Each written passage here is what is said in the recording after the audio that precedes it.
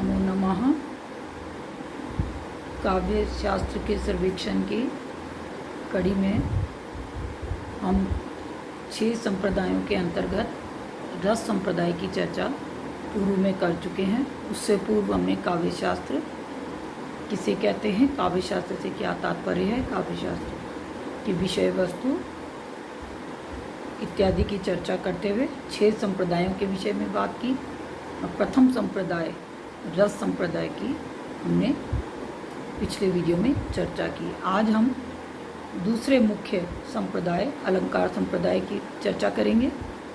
जैसा कि संस्कृत काव्य शास्त्र में अलंकार का विशेष महत्व रहा है, अनेक स्थानों पर अलंकार शास्त्र का पर्यायवाची भी रहा है काव्य शास्त्र का, अर्थात काव्य शास्त्र के जगह पर अलंकार शास्त्र शब्द का प्रयोग भी हुआ है। जैसा कि हमने शुरू में संकेत दिया था, वो क्यों कि अलंकार का जब काव्य की आत्मा के स्वरूप में आचार्यों ने मान्यता प्रदान की, तो उस समय साहित्य शास्त्र काव्य शास्त्र के पर्यायवाची के रूप में अलंकार शास्त्र शब्द का प्रयोग भी किया जाने लगा।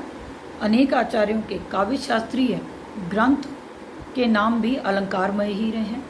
यथा भामह आचार्य का काव्य अलंकार, आचार्य वामन का काव्य अलंकार सूत्रवृत्ति तथा आचार्य रुद्रट का काव्य अलंकार। अलंकार का विवेचन आद्य आचार्य भरत मुनि के नाट्यशास्त्र से प्रारंभ हो गया था, किंतु एक काव्य सिद्धांत के रूप में अलंकारवाद का सूत्रपात आचार्य भामह के काव्य अलंकार से हुआ एवं अंतिम आचार्य जगन्नाथ तक सभी आचार्यों ने अपनी अपनी दृष्टि से उसका विवेचन किया।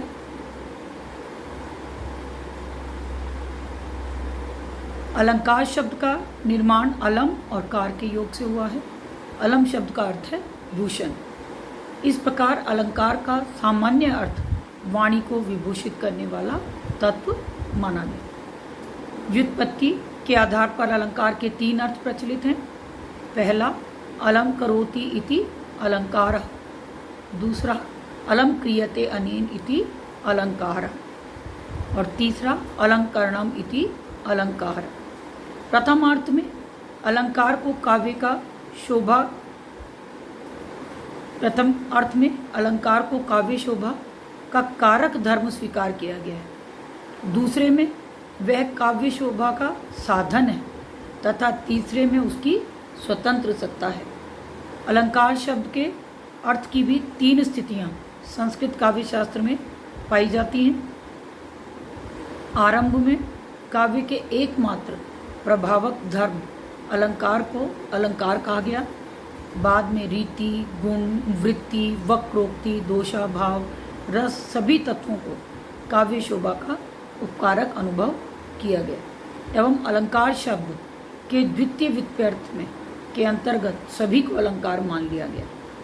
तत्पश्चात ईसा के 10वें शतक के बाद ऐसा भी समय आया कि अन्य सभी शोभाकारी धर्म विभिन्न संप्रदायों के रूप में प्रतिष्ठित हो गए तथा अलंकार केवल अलंकार के रूप में ही देखे जाने लगे। अलंकारवादियों की दृष्टि से काव्य स्वरूप सौंदर्यमय है। वे सौंदर्य का मूल कर्ता अलंकार को मानकर काव्य की आत्मा अलंकार को स्वीकार करते हैं। काव्य सौंदर्य को शोभा, चारुत्व, विच्छित्ति आदि शब्दों से पुकारते हुए आधुनिक काव्य शास्त्री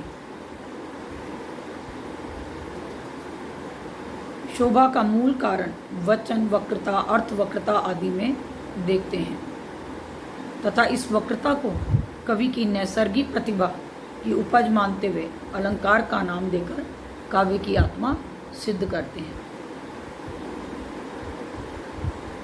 सर्वप्रथम आचार्य भामह का समय देखते हैं। आचार्य भामह का समय 6ठी शताब्दी का पूर्वार्ध था। उनके मतानुसार वक्र शब्द और अर्थ का प्रयोग वाणी का अलंकार अर्थात शोभा है, जैसा कि उनके ग्रंथ काव्य अलंकार में वर्णित है। वक्राभिधेय शक्तिरिष्टा वाचाम अलंकृति। वाणी की शोभा तो वक्र विचित्र शब्द और अर्थ से ही निष्पन्न होती है। वाचाम वक्रार्थ शब्दोक्तिर अलंकाराय कल्पते। रमणी का सुंदर मुख भी अलंकार के अभाव में शोभित नहीं होता। यह सारी अतिशयोक्ति ही वक्रोक्ति है। इससे अर्थ चमत्कृत होता है। कौन अलंकार है जो इससे रहित है? काव्य तो किसी प्रतिभा नव और नवोन्मेषशालिनी बुद्धिशाली से ही बन पाते। सत कवित्व से रहित वाणी चातुर्य कैसे? शब्द और अर्थ मिलकर ही काव्य हुआ करता है। शब्द और अर्थ को जानकर उसके विद्वानों के समीप रहकर दूसरे के बंदों को देखकर काव्य रचना में प्रवृत्त होना चाहिए, ऐसा आचार्य भामह ने कहा। विशेष स्थितिवश दुष्ट कथन भी शोभित हो जाता है। इसके बाद आते हैं आचार्य दंडी, जिनका समय अष्टम शताब्दी माना गया है। काव्य के सौंदर्य कारक धर्मों को अलंकार कहते हैं, ऐसा दंडी का मत है। उत्तम काव्य लोकरंजक और अलंकारों से अलंकृत होना चाहिए। ऐसा काव्य कल्पों तक स्थिर रहता है। इसके पश्चात आचार्य उद्भट का नाम आता है, जिनका समय है 8वीं शताब्दी का अंतिम तथा 9वीं शताब्दी का प्रारंभ। आचार्य उद्भट के अनुसार गुण और अलंकार समान रूप से ही चारुत्व के हेतु हैं। इनमें केवल विषय अथवा आश्रय का ही भेद है। गुण संगठना रचना रीति के आश्रित हैं, तो अलंकार शब्दार्थ के। इसके पश्चात आचार्य वामन का समय 8वीं शताब्दी का अंत और 9वीं शताब्दी का प्रारंभ माना गया है। इनके मतानुसार सौंदर्य अलंकार ही है। सौंदर्यम अलंकार है। इनका ग्रंथ है काव्य अलंकार सूत्रवृत्ति। अलंकार के कारण ही काव्य ग्राह्य होता है। काव्यम ग्राह्यम अलंकारा। काव्य की शोभा को संपन्न करने वाले गुण हैं। काव्य शोभाया कर्तारो धर्मा गुणः। अलंकार उसी शोभा का अतिशय वर्णन करते हैं, अर्थात तद अतिशय हेतुवस्तु अलंकार। तो ये इनका ग्रंथ है काव्य अलंकार सूत्रवृत्ति, वहाँ पर ये देखा जा सकता है। इसके पश्चात आचार्य रुद्रट हैं। उनका समय है 9वीं शताब्दी।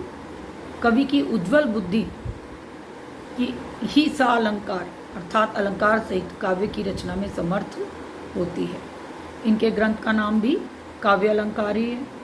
इसके पश्चात आचार्य राजशेखर का समय 10वीं शताब्दी का प्रारंभ माना गया है। उनके मतानुसार गुण और अलंकारों से युक्त वाक्य ही काव्य है। आचार्य कुंतक का समय 10वीं शताब्दी का अंतिम भाग माना गया है। इनके अनुसार शब्द और अर्थ का मनोहर विन्यास साहित्य है, जिसमें शब्द और अर्थ इतने संतुलित हों कि ना तो कोई न्यून हो और ना कोई अधिक हो। अलंकार सहित अवयव रहित समस्त समुदाय की काव्यता है, इसलिए अलंकृत वाक्य का ही काव्यत्व है, ऐसा इन्होंने माना।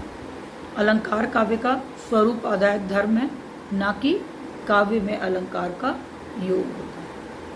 इसके पश्चात आचार्य जयदेव का समय 11वीं शताब्दी माना गया है, जो अलंकार रहित शब्दार्थ में काव्य की विद्यमानता स्वीकार करता है।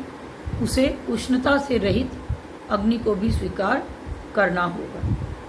ठीक है, अपने ग्रंथ वक्र